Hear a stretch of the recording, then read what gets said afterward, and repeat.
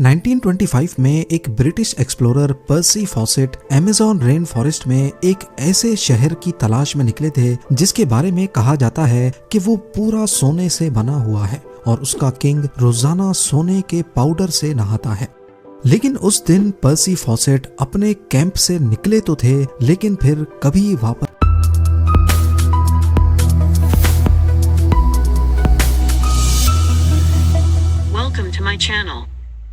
70 lakh square kilometres है। इतने बड़े एरिया में इंडिया जैसे 2 देश और यूनाइटेड किंगडम जैसे 28 देश फिट आ सकते हैं। जैसे ओशंस का बहुत बड़ा हिस्सा अभी तक हम इंसान एक्सप्लोर नहीं कर पाए, ऐसे ही अमेज़न रेन फॉरेस्ट का भी बहुत बड़ा हिस्सा अभी तक इंसानों की पहुंच से दूर है। यहाँ प्लांट्स, एनिमल्स और माइक्रोब्स की ऐसी किस्में रहती हैं जिनमें से अभी तक सिर्फ 10% का पता लगाया गया है। हर दिन यहाँ नई स्पीशी एक्सप्लोर की जाती है। अमेज़न रेन फॉरेस्ट में करीब 40,000 करोड़ दरख्त मौजूद हैं और यही वजह है कि इस फॉरेस्ट को अर्थ की लंग्स भी कहा जाता है। पूरी दुनिया में जितनी भी ऑक्सीजन है उसका 20% सिर्फ अमेज़न रेन फॉरेस्ट रिलीज करता है। एक एस्टीमेट के मुताबिक अमेज़न फॉरेस्ट में करीब 20 लाख लोग रहते हैं जिनका बाहर की दुनिया से कोई कनेक्शन नहीं है।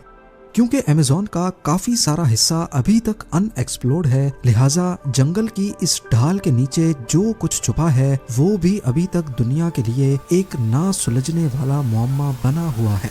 अमेज़न के जंगल की ऐसी ही चंद मिस्ट्रीज के बारे में आज हम जानेंगे। कुछ को तो सॉल्व कर लिया गया है, लेकिन बहुत सारी आज भी साइंस के पल्ले नहीं पड़ रही। सबसे पहले बात करते हैं सिटी ऑफ गोल्ड के बारे में। अमेज़न फॉरेस्ट की आज तक की सबसे बड़ी मिस्ट्री है यहाँ की सिटी ऑफ गोल्ड, जिसको एल डोराडो भी कहा जाता है। कहा जाता है कि किसी दौर में यहाँ एक ऐसा शहर था जो पूरा सोने से बना होता था और यहाँ का किंग रोजाना सोने के पाउडर से नहाकर अमेज़न रिवर में वो सारा सोना बहा देता था। जी हाँ, 16th सेंचुरी में यूरोपियंस साउथ अमेरिका में आए थे जहाँ अमेज़न फॉरेस्ट मौजूद है।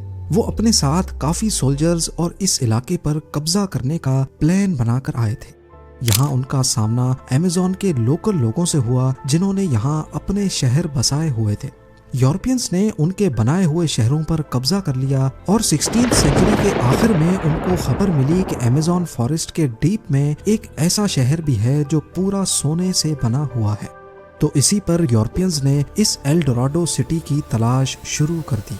पूरा अमेज़न फॉरेस्ट छान लेने के बाद उनको यहाँ के बहुत सारे कबीले तो जरूर मिले, लेकिन जिस शहर की तलाश थी वो ना मिल सका, जबकि यहाँ उनको काफी सारा सोना जरूर मिला।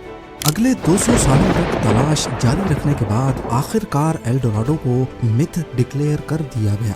उसके बाद 19th सेंचुरी में एक ब्रिटिश एक्सप्लोरर पर्सी फॉसेट ने एल डोराडो को एक बार फिर से तलाश करने का फैसला किया। उन्होंने अमेज़न में टोटल 8 एक्सपीडिशंस किए, लेकिन इस दौरान उनको एल डोराडो तो दूर की बात दूसरे शहर भी नहीं मिले जिनका जिक्र यूरोपियंस ने किया था। अपने आखिरी एक्सपीडिशन में पर्सी फॉसेट अमेज़न के बीच में मौजूद थे जब आखिरी बार उनसे राब्ता हुआ था। उसके बाद वो तलाश में निकले तो दोबारा कभी लौटकर नहीं आए। ये 29 मई 1925 का दिन था और जिस जगह से वो गायब हुए वो ब्राजील की स्टेट मैटो ग्रोसो थी। उनको कई महीनों तक तलाश किया गया, लेकिन ना ही पर्सी फॉसेट मिले और ना ही उनकी डेड बॉडी। साइंटिफिक कम्युनिटी का मानना है कि ये जगह इंसानों के रहने के काबिल नहीं है, लिहाजा यहाँ कोई शहर या विलेज नहीं बस सकता। लेकिन वक्त के साथ जब टेक्नोलॉजी काफी एडवांस हो गई तो फिर अमेज़न में कुछ ऐसे निशानात मिले जिससे ये जाहिर होता है कि किसी दौर में यहाँ इंसानों ने पूरे शहर बसाए हुए थे। असल में पर्सी फॉसेट जिस जगह तलाश कर रहे थे वो जगह तो बिल्कुल सही थी, लेकिन ढूंढने का तरीका सही नहीं था। यहाँ कई मकामात पर रिसर्चर्स को जमीन के अंदर ह्यूमन वेस्ट दबा हुआ मिला है। साइंसदानों ने अमेज़न में कई मकामात पर लिडार स्कैनिंग डिवाइस का इस्तेमाल करके घने जंगल की लेयर के नीचे पत्थर से बने स्ट्रक्चर्स भी ढूंढे हैं जिनको वक्त के साथ साथ जंगल ने छुपा दिया है।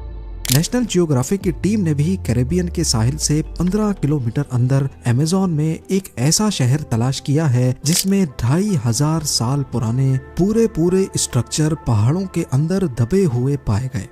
लेकिन इनमें एल डोराडो कौन सा है और आखिर ये इतने बड़े अमेज़न फॉरेस्ट में किस जगह मौजूद था, ये आज तक साइंटिफिक कम्युनिटी के लिए एक मिस्ट्री बना हुआ है।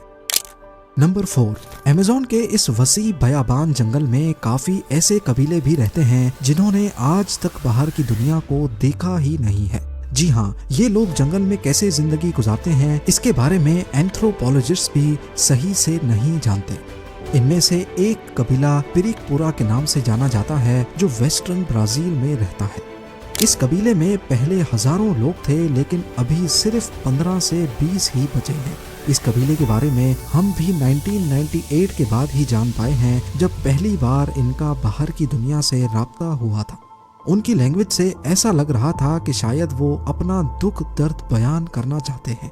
एंथ्रोपोलॉजिस्ट ने जब उनकी बातों को डिकोड किया तो मालूम पड़ा कि उनका कबीला पहले काफी स्ट्रॉन्ग हुआ करता था, लेकिन फिर कुछ कब्जा माफिया ने फॉरेस्ट में माइनिंग करने के लिए उनके तमाम साथियों को बुरी तरह मार डाला, जिनमें से ये चंद लोग बच गए थे। ऐसे पता नहीं कितने ट्राइब्स हैं जो अमेज़न जंगल के बीच अपनी दुनिया बसाए बैठे हैं। ये लोग कहां से आए थे, क्या इनका हजारों साल पहले यहाँ बसने वाले कबीलों से कोई कनेक्शन है, इस बारे में आज तक कोई नहीं जान पाया।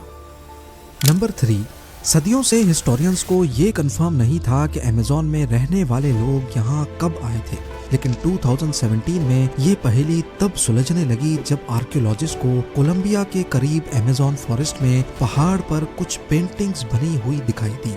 ये बड़े बड़े पत्थर पहाड़ के अंदर पूरी तरह दबे हुए थे और इन पेंटिंग्स को समझने के लिए इनको एक्सपोज करना बहुत जरूरी था। लिहाजा आर्कियोलॉजिस्ट ने यहाँ 13 किलोमीटर की खुदाई की तो मालूम पड़ा कि किसी दौर में ये पत्थर एक गार के अंदर मौजूद थे। इस 13 किलोमीटर की गार में जो पेंटिंग्स बनी हुई पाई गईं वो करीब 12,000 साल पुरानी थी।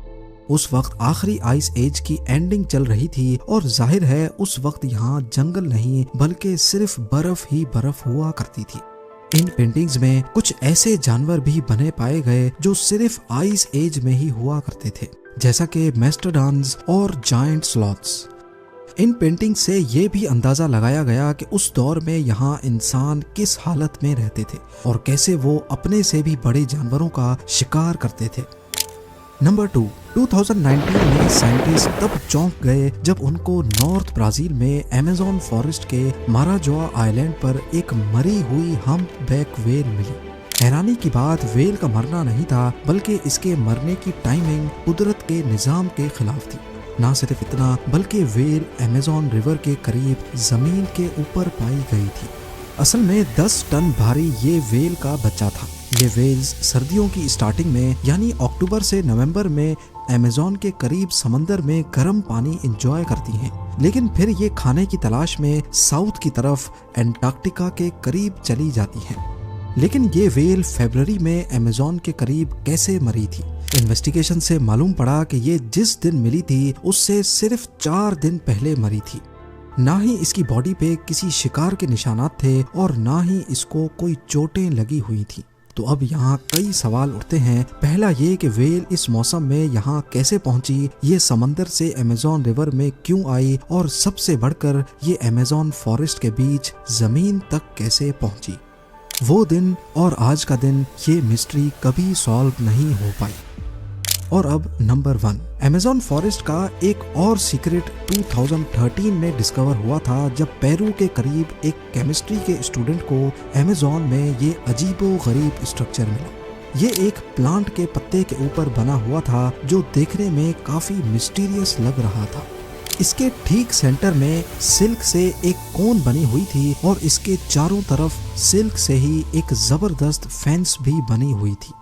उस स्टूडेंट ने इस स्ट्रक्चर की फोटोज ली और उनको इंटरनेट पर पोस्ट कर दिया, लेकिन हैरत की बात यह थी कि आज तक ऐसा स्ट्रक्चर किसी ने भी नहीं देखा था। इस पर मजीद जांच पड़ताल के लिए साइंटिस्ट की एक टीम ने पेरू के इस हिस्से को विजिट किया। थोड़ी ही देर में इनको 45 से ज्यादा ऐसे ही स्ट्रक्चर मिल गए। कुछ तो दरख्तों पर बने थे और कुछ प्लांट्स के पत्तों पर। इस मिस्टीरियस स्ट्रक्चर को सिल्क हेंज का नाम दिया गया और इनमें से कुछ को वो अपने साथ लेबोरेटरी लेकर गए। माइक्रोस्कोप की मदद से देखा गया कि फेंस पर छोटे छोटे डस्ट माइट्स घूम रहे थे। ये कीड़े सिल्क प्रोड्यूस नहीं करते, लिहाजा ये बात तो कंफर्म थी कि ये स्ट्रक्चर इन्होंने तो नहीं बनाए थे। चंद दिनों के बाद फेंस के बीच वाली कोन आहिस्ता आहिस्ता फटने लगी और उसमें से एक स्पाइडर का बच्चा बाहर निकला। असल में ये स्ट्रक्चर स्पाइडर की एक खास स्पीशी ने बनाए थे जो सिर्फ वेस्टर्न अमेज़न में ही पाई जाती है। ये स्पाइडर अपने अंडों के गिर्द फेंस इस वजह से बनाते हैं ताकि इसमें छोटे छोटे डस्ट माइट्स फंस जाएं और जब उनका बच्चा अंडे से बाहर निकले तो उसके पास खाने के लिए कुछ मौजूद जरूर हो। उम्मीद है जेम टीवी की ये वीडियो भी आप लोग भरपूर लाइक और शेयर करेंगे। आप लोगों के प्यार भरे कमेंट्स का बेहद शुक्रिया। मिलते हैं अगली शानदार वीडियो में।